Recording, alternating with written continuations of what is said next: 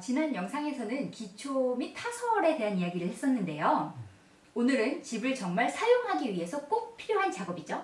배관 및 설비 작업에 대한 이야기를 해보려고 합니다. 그럼 오늘도 함께 보시죠. 기둥 역할을 하는 테두리 다 완성을 했죠. 그 다음에 이제 땅 그 가운데 이제 배관을 묻습니다. 우리나라가 배관 공사가 특히 중요한 이유가 뭐냐면요. 우리나라 밑에 온돌 난방으로 인해서 방통을 치지 않습니까? 그래서 이 배관이 밑에 들어가기 때문에 이 배관 한번 잘못하면 문제가 심각해집니다. 그렇구나. 나중에 그걸 콘크리트를 다 드립할 수도 없는 일이니까. 문제 생기면 빼야죠 다. 두두두두 해서 다 긁어내야죠. 콘크리트가 진짜 비쌉니다. 깨부시는데. 그 치우는 것도 비싸고. 폐기물도 진짜 비싸고. 네. 그 외국에서 살 때 제가 놀랬던 게 밑에 바닥이 진짜 나무였어요. 제가 만약에 이제 걸어 다니잖아요. 그럼 이제 저도 이제 쿵쿵쿵 소리가 나고 밑에 집에서도 쿵쿵 소리가 나는 거예요. 그래서 그 흑인 아줌마가 지팡이 가지고 툭툭툭 칩니다. 그 영화에서 보면 나오잖아요. 밑에 사는 사람이 이제 위에 사람한테 이제 막 빗자루 가지고 치는 거. 그런 거야? 네.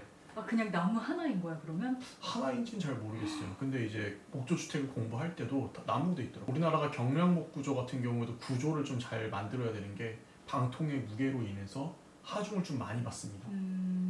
우리나라만의 특별한 그건가 보다. 온돌 난방을 네네네. 취하는 우리나라에. 아무래도 좌식 생활이 익숙한 환경이다 보니까 온돌 난방을 쓰게 되는데요. 그래서 그 배관이 정말 중요한 거죠.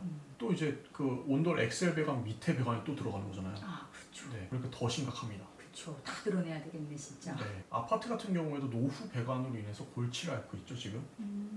그 수도 배관 같은 거? 뭐 수도 배관뿐만 아니라 뭐 엑셀 다 터지고 막 밑에 집 물 새고. 맞아요. 네, 그런 것처럼 이제 뭐 노후된 건 어쩔 수 없는데 설치가 잘못돼도 마찬가지 현상이 일어날 수 있습니다. 배관 같은 경우에도 한번 시공한 다음에 수정하기가 정말 어렵기 때문에 업체 선정이 되게 중요합니다.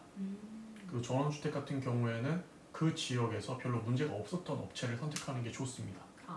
그렇군요. 제가 지역 업체를 좋아하는 이유는 뭐냐면요. AS 받을 때 많이 편해요. 그렇죠. 빨리 와주십니다. 저희도 이제 배관공사, 이제 설비공사 해주신 사장님이 겨울에 좀 춥고 막 문제가 생겼었을 때 진짜 빨리 왔죠. 그날 저녁에 왔는데 감동받았습니다. 근데 와서 별 문제가 없었다는 거? 네. 그래서 이제 업체 같은 경우에는 이제 배관 관련되어 있는 경력이 많은 업체를 선택하는 게 제일 좋고, 모든 배관은 기본적으로 구배를 생각하면 좋아요. 화장실처럼 배관도 구배를 생각해야 되나요? 네, 상선약수죠. 왜냐하면은 우리가 쓰는 배관 같은 경우에는 기본적으로 이제 위에서 아래로 물이 흐르고 그리고 이제 정화조로 빠져나가는 기본적 설계가 있기 때문에 그 구배를 잘 잡아야 됩니다. 근데 그거는 우리 건축주들이 고민할 문제는 아니에요. 그렇겠죠. 그것까지 나는 생각하지 못했는데. 네. 배관의 크기나 그리고 굵기, KS 마크 이제 이런 것들이 중요하죠. 그 정도는 체크해 볼 수 있겠군요. 네.